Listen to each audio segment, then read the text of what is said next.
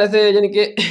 جب اس علماء نے کہا نا کہ لوگوں نے یہ مجھے بھی یہ کہنا شروع کر دیا کہ آپ کو کیا ضرورت ہے سوال کرنے کی، تو اس طرح مفتی صاحب کی یعنی کہ بے ادبی ہو گیا، وہ ہمارے مہمان تھے، اس طرح نہیں کرنا چاہیے تھا۔ تو دیکھیں کہ اگر مفتی صاحب سے سوال کرنے کی وجہ سے مفتی صاحب کی بے ادبی ہو گئی ہے تو میرے بھائیو آپ سوچیں کہ ہم دین کہاں سے سیکھیں گے؟ ہم علماء سے دین سیکھیں گے نا۔ اگر علماء سے سوال کرنے کی وجہ سے ان کی بے ادبی ہو جاتی ہے تو بتاؤ ہم دین کہاں سے سیکھیں گے؟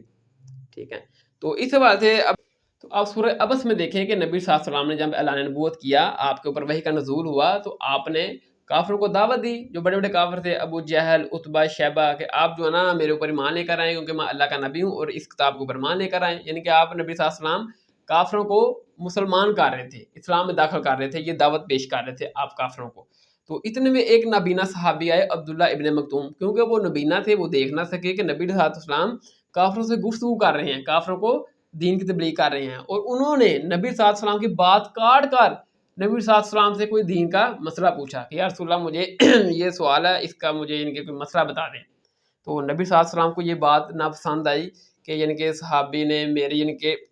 میں کافروں کو دین کی تبلیغ کر رہا ہوں اور ان کو ان کے مسلمان اسلام میں داخل کر رہا ہوں، تو صحابی نے میری بات کاٹ کر اپنا سوال بیچ میں رکھ دیا کہ یا رسول اللہ مجھے میرے سوال کا جواب دیجیے، یہ میرا مسئلہ ہے۔ تو نبی صلی اللہ علیہ وسلم کو یہ بات اس صحابی کی ناپسند آئی، ٹھیک ہے، تو آپ کچھ ناراض ہوئے، تو نبی صلی اللہ علیہ وسلم نے اس صحابی کے سوال کا جواب نہیں دیا۔ تو جب آپ نے کافروں سے گفتگو کی اور یعنی کہ بات مکمل ہوگی کافروں سے، تو کافر لوگ چلے گئے۔ تو نبی صلی اللہ علیہ وسلم کو یہ بات اس صحابی کی ناپسند آئی کہ جب اللہ کے رسول ہیں آپ، کہ اللہ کے رسول کافروں کو دین کی دعوت دے رہے ہیں اور کافروں کو اسلام میں داخل کر رہے ہیں اور دعوت دے رہے ہیں ان کو، اور ایک صحابی نے آ کر بیچ میں نبی صلی اللہ علیہ وسلم کی بات کو کاٹ کر بیچ میں مداخلت کر دی اور کہا یا رسول اللہ مجھے یہ دین کا مسئلہ بتا دیں، حالانکہ وہ نبینا صحابی تھے، ان کو معلوم نہیں تھا۔ تو یہ ویسے بھی خلاف ہے، یعنی کہ مجلس کے آداب کے خلاف ہے۔ تو جب یہ واقعہ ہوا تو اس کے بعد سورہ عبس قرآن میں نازل ہوگی، ٹھیک ہے نا، اس میں اللہ تعالیٰ کی ذات نے نبی علیہ السلام کے اس عمل پر ناپسندیدگی کا اظہار کیا، کہ اس عمل پر کہ جو صحابی چل کے آئے تھے انہوں نے آپ کی بات کاٹ دی، وہ دیکھ نہیں سکتے تھے، تو انہوں نے آپ سے دین کا سوال پوچھا اور نبی صلی اللہ علیہ وسلم نے ان کے سوال کا جواب نہ دیا اور آپ کچھ ناراض ہوئے، تو اللہ تعالیٰ کی ذات نے نبی صلی اللہ علیہ وسلم کی اس ناراضگی پر اللہ تعالیٰ کی ذات نبی صلی اللہ علیہ وسلم پر کچھ ناراض ہوئے، یعنی کہ ناپسندیدگی آپ کے اس عمل کو قرار دیا کہ جو صحابی چل کے آپ کے پاس آئے ہیں دین کا سوال پوچھنے کے لیے، پہلے اس کو جواب دیں، اس کو جواب دینا چاہیے تھا آپ کو، کیونکہ وہ دوڑتا ہوا آپ سے کوئی سیکھنے آیا ہے، اس کو پہلے جواب دیں،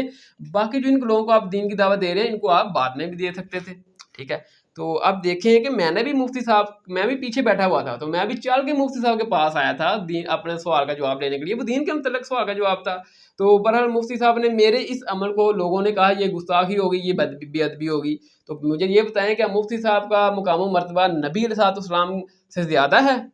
حالانکہ نبی صلی اللہ علیہ وسلم کے کیس میں کیا ہوا کہ اللہ تعالیٰ کی ذات نے نبی صلی اللہ علیہ وسلم کے اس عمل کو ناپسند کیا کہ یا اے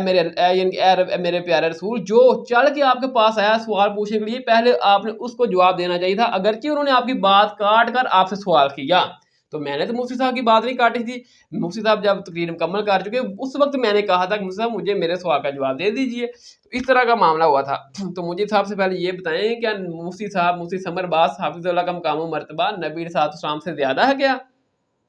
ٹھیک ہے، تو جو اس طرح مفتی صاحب کی میں نے بے ادبی کر دی ہے، حالانکہ میرے جو استاد محترم ہیں انجینئر محمد علی مرزا حافظہ اللہ، ان سے اس طرح یعنی کہ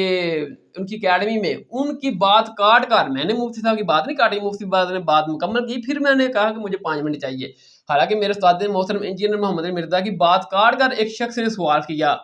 ٹھیک ہے، حالانکہ تو انہوں نے اس کا جواب دیا، انہوں نے کہا کہ نہیں یہ کوئی بھی ادبی نہیں ہے، اس کا حق بنتا ہے کہ مجھ سے سوال کرے جو میں بیان کر رہا ہوں اس کے متعلق۔ تو یہ ہوتے ہیں استاد۔ اس کے بعد بھی اللہ کے سامنے پیش ہونا۔ جی تو اللہ کا شکر، دیکھیں آج میں نے آپ کو قرآن اور سنت کی اہمیت پہلے ہی بتا دی تھی، وہ سوال ہو چکا ہے۔